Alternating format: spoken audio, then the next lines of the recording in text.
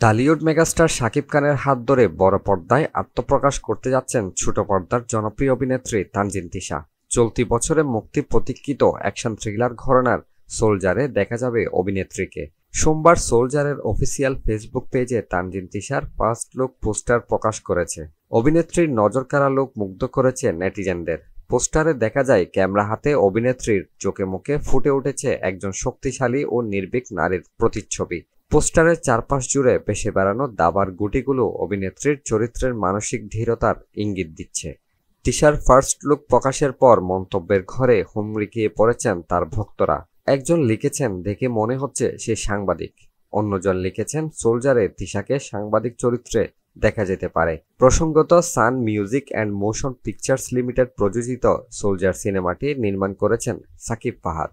ইতিমধ্যে ছবির শুটিং শেষ হয়েছে। ঈদ কেন্দ্রিক মুক্তিধারা ভেঙে সিনেমাটি অন্য সময় মুক্তি দেওয়ার পরিকল্পনার কথা জানিয়েছেন নির্মাতা নিজেই।